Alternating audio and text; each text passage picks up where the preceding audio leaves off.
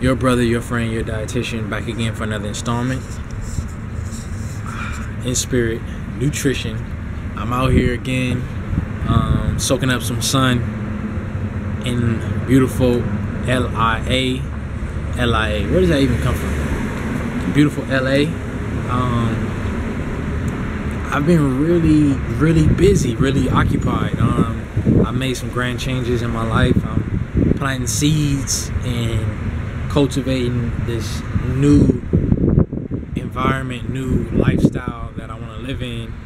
And I've been working like a gardener. I've been taking up, weeds. I've been taking up, uprooting weeds and negative things in my life and planting positive seeds. And it's really changing things for the better. So I've had some positive stress. I've been reaching goals, but with each new plane of life, there's a little bit of turbulence, so you got to get used to that.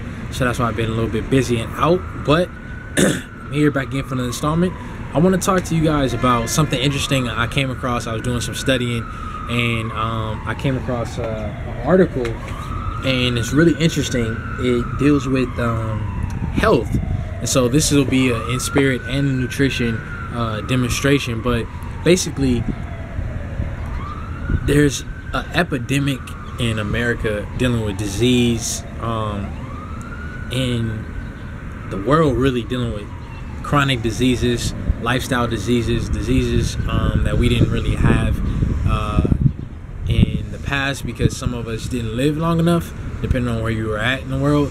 And then also the diseases didn't exist because we were living past those diseases and through those diseases because we were eating healthier and living healthier.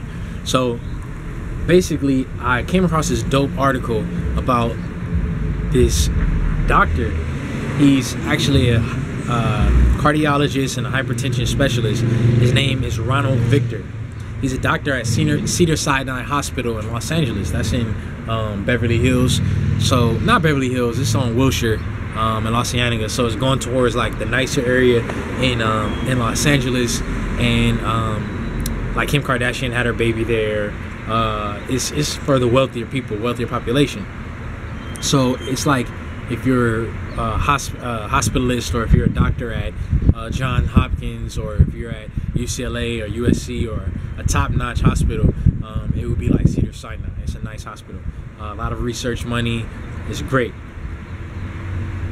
What Ronald Victor did, he started a program and a study where he collaborated with community leaders here in Los Angeles, and specifically in the so-called Black community, African American community, and decided that it would be a good idea to have blood pressure readings done in barbershops. Now, that's an excellent idea in my opinion. I think that it was wonderful for him to start that study and build with those barbershops and those barbers to do that, because the barbershop historically has always been a place of love, a place of confrontation, a place of communication, and people, at least, African men, Black men, Moorish men, you go and you socialize, you build, you learn a lot from people, you get referred to people, you network there. It's like a social club, and you feel real comfortable there. You with the fellas, you with the brothers. Sometimes the sisters come through. As we get our haircuts, and it's a really relaxed place. So what he's instituted, he's, like I said, he's the director for the hypertension center, hypertension studies and prevention center over at Cedars-Sinai. He stated that, hey, why don't we utilize this opportunity of having barbershops and have brothers and sisters come and get educated? So have the barbers get generalized education about blood pressure cuffs, how to utilize them, how to read blood pressure, what's high, what's not high, and then kind of make referrals and even do some health education. So there's a little bit of health education. I think half of the barbershops, there's 20 of them, that they're working with right now. Half of them, there will be health education. So they're going to be giving actual health education, talking about having less sodium, less salt in the diet, generalized exercise health education, and pushing them to kind of go to the physician. A lot of us men in general, but specifically Moorish men, black men, African American men, we don't get checkups as much as we should. We don't take our health as seriously in terms of prevention. So a lot of times we have these silent killers going on, diabetes, hypertension, and it really wears down and destroys your arteries. It destroys your organs, and it can cause debilitating illnesses early on. And we need more nation builders. We need more people that are innovating and bringing things to the world. Not just black people bring things to the world. People in general bringing things to the world. We need all the talent, passion, and life in the world so that we can get. So we need to have more people eating healthier and living healthier. So in addition to the health education, they'll be referring people to pharmacists, local pharmacists, and low-cost pharmacists at Target, CVS, Walmart, etc. in the community. At Wally's Barbershop outside Los Angeles, they talk sports, women, and now health. I tell people, if you go take a walk before you take a drive, you'll live a whole lot longer. For the past 2 years, barber Wally Riddle has offered a shave and a haircut and a blood pressure test. Just relax. Okay. And for most of the customers who've agreed to the test, this arm cuff has been a change agent. Yeah, you're in good shape. Well, I've been on top of my vegetables. The blood pressures have come down tremendously. On average, we've had about almost 90% follow-up. That's really remarkable. Dr. Ronald Victor of Cedars-Sinai Hospital taught Riddle how to take the readings, evaluate them, and make referrals to doctors. He says the program's secret is that it reaches a population that rarely goes in for checkups. The average man with high blood pressure in this barbershop comes every 2, 4, or 6 weeks to get their hair cut. And I think I'm a pretty nice doctor, but I've never had that much patronage in my practice. What was the reaction when people came in here and they were offering to take their blood pressure? Well, they kind of clowned me. They said, what are you turning this into a doctor's office or what? You know, but hey, I said, this is for you. An estimated 40% of African Americans have high blood pressure. Black men are 3 times as likely as white men to die from it, with a heart attack or stroke. 42-year-old Derek Cobb's first blood pressure reading was a shock to his system. I had blood pressure so high that the girl that took it, she thought the machine was broke. So what'd you do?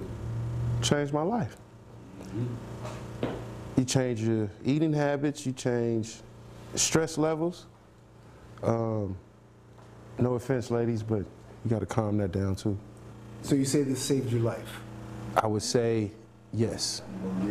Yes. It made me aware of life.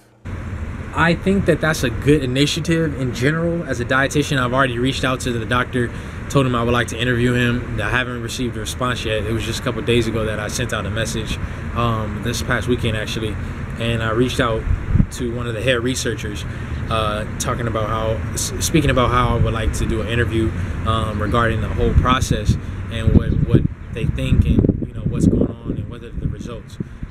I think it's excellent. I think it's a great place to start. I just think that it should be more nutrition, more health education involved.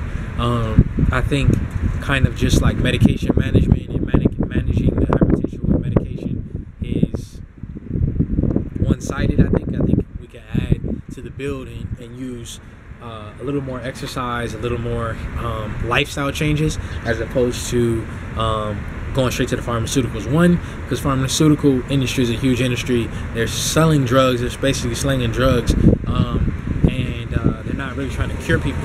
A lot of people can avoid these things and get better and actually control the hypertension with diet without the effect of hypertension medications. The thing with hypertension medications is that they have side effects on the liver and kidneys, wears down the body over time,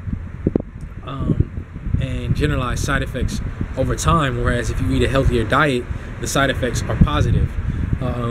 And so I think that it's a good initiative. It's something pretty cool. Ronald Victor, like I said, he's in 20 different barbershops around LA. He works at Cedars-Sinai. Excellent initiative. I think it's unique. It's cool. I think we need more things like that, and it's sparking thoughts in my mind about how I can work with local community organizations like barbershops to promote health and promote things like that. So tell me what you guys think. Add to the build, and hope everyone is doing well, loving themselves 100%, you know, building, being their best selves, and just grinding. It's your brother, your friend, your dietitian, back again for another installment. Inspirit Nutrition. Peace and blessings.